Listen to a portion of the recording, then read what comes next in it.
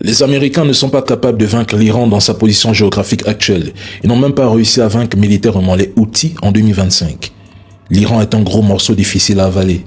Cette guerre n'aurait jamais dû commencer et elle risque de s'aggraver si le président Trump tente par orgueil de la poursuivre jusqu'au bout. Les Américains devraient retirer leurs troupes de la région, mettre fin à l'escalade et négocier afin de garantir la libre circulation dans le détroit d'Ormuz et d'éviter un blocage de Bab el-Mandeb qui pourrait provoquer une grave crise mondiale. Rappelez-vous comment ils ont quitté l'Irak, l'Afghanistan et la Syrie. L'Amérique est aujourd'hui confrontée à un bourbier. Elle n'a pas de véritable solution militaire. Elle n'a rien. Ses soldats sont attaqués dans toute la région. Ses bases sont touchées et son image de puissance, capable de protéger ses alliés, est de plus en plus remise en question. Trump devrait se retirer et négocier. Jusqu'à présent, il n'a atteint aucun objectif majeur. Il affirme que l'Iran ne doit jamais disposer de l'arme nucléaire, alors que l'Iran avait accepté ses restrictions sur son programme nucléaire sous Barack Obama. Ça n'a pas de sens. Si un accord est conclu demain, ce ne sera donc pas nécessairement une victoire pour le président Trump. Obama avait déjà obtenu un accord bien meilleur. Trump l'a annulé et se retrouve aujourd'hui à chercher une solution à un problème que Barack Obama avait déjà terminé. Donc, il se bat pour ouvrir un détroit qui a toujours été ouvert. Il se bat pour que l'Iran n'obtienne jamais une arme nucléaire alors que l'Iran avait déjà signé ce deal. Ça n'a pas de sens. Retirez-vous. On écoute. Pourquoi les pays européens, et en particulier la France, n'interviennent pas pour aider les États-Unis et mettre fin au régime iranien? Voilà la question. Est-ce qu'il n'y a pas de solution miracle pour mettre fin au régime iranien? C'est-à-dire? Je ne pense pas qu'avec les bombardements aériens, on puisse mettre fin. Il faut que ça vienne de l'intérieur de l'Iran. Le Centre d'études stratégiques internationales a calculé qu'il faudra attendre 2031 pour que les Tomahawk retrouvent leur niveau d'avant Epic Fury, donc l'opération, la guerre qui a eu lieu, et 2029 pour les THAAD. C'est le temps qu'il faut pour reproduire ces intercepteurs et ces stocks de missiles. Quelque part, je sentais monter cette pénurie de moyens de protection, de défense antiaérienne contre les missiles balistiques qui sont de plus en plus sophistiqués. Les Iraniens ont bien compris qu'ils avaient dans les mains un outil extrêmement puissant et ils s'en servent et ils le font évoluer. Sans doute avec l'aide de la Chine et de la Russie, il n'y a aucun doute là-dessus. En tout cas, en ce qui concerne le ciblage de ces moyens-là, ils ont encore frappé sur des radars américains. Oui, mais on ne débloquera pas Hormuz comme cela. La seule possibilité de fluidifier le trafic, c'est aujourd'hui, malheureusement, c'est de faire un accord, même un mauvais accord avec l'Iran, et je ne vois pas d'autre solution aujourd'hui. Selon les Houthis, le message est envoyé à tous les capitaines de cargo et de pétroliers. Écoutez. Naval Force calling you on Channel 16. According to the decision of Yemeni arms, including prevent navigation to warn all ships belonging to Saudi enemy to proceed via the Red Sea and Gulf of Aden. In case of non-compliance of Yemeni armed forces decision, those ships will be in our target. Il y a 4 mois, je posais une question simple que certains prenaient peut-être pour du délire ou un jeu. Que se passerait-il si Trump commettait l'irréparable en frappant des infrastructures civiles en Iran, poussant les gardiens de la révolution à fermer totalement le détroit d'Ormuz et le détroit de Bab el-Mandeb, tout en menaçant les infrastructures stratégiques et les câbles sous-marins dans ces zones?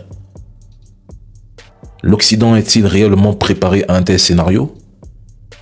Et que se passerait-il si, en représailles, l'Iran ciblait les infrastructures d'eau et d'électricité de Koweït et d'autres pays de la région? Le monde est-il prêt pour un tel carnage?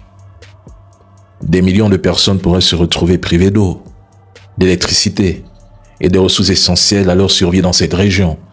Et ça, c'est la mort directe. Une escalade de ce type pourrait avoir des conséquences catastrophiques, bien au-delà du Moyen-Orient. Tout le monde serait touché. Aujourd'hui, Israël il pense que l'Iran aurait déplacé des milliers de centrifugeuses vers une installation souterraine. Tout est au conditionnel. Résultat, ils n'ont aucune idée précise de l'endroit où se trouvent ces centrifugeuses et encore moins de la localisation exacte de l'uranium enrichi. 6 mois de guerre. Ils n'arrivent toujours pas à atteindre un seul objectif. Mesdames et messieurs, c'est un échec. Il faut tourner la page. Arrêtez la guerre. Il n'y a pas de honte là-dedans.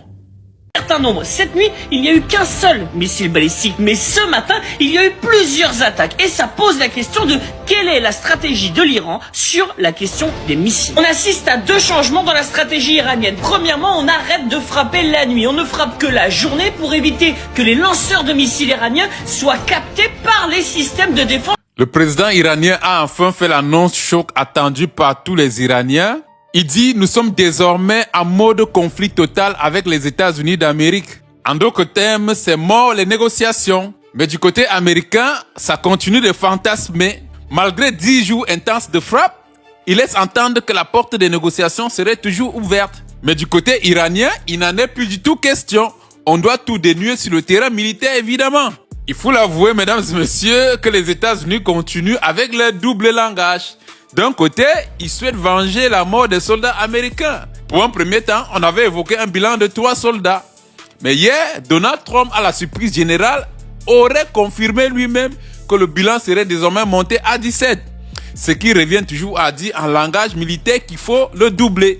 Donc, en finalité, le président iranien finit par conclure que depuis longtemps, l'Iran a toujours compris que les négociations ne marcheraient pas et que la seule issue restait celle d'une confrontation directe. Alors, la question qu'on se pose à ce stade, alors que les États-Unis bombardent les infrastructures militaires, civiles, ponts, et même il a été annoncé que les États-Unis ont pulvérisé une centrale nucléaire, ce qui pourrait évoquer des risques de radiation et contaminer la population. De l'autre côté, lorsque l'Iran fait l'annonce d'un bascule vers un conflit total, c'est pas de la blague. L'Iran a répliqué sur le Bahreïn, le Qatar, l'Arabie Saoudite, la Jordanie, en ciblant aussi en représailles des usines de dessalement d'eau, des centrales électriques et des ponts évidemment dans la zone, annonçant en parallèle que les aéroports et les ports de ces pays-là seraient aussi ciblés. Alors, à ce stade des événements, peut-on encore parler d'une option de négociation quelconque? A touché Israël et qui ont même coupé l'électricité à Ashdod. Vous voyez ici la frappe, mes amis,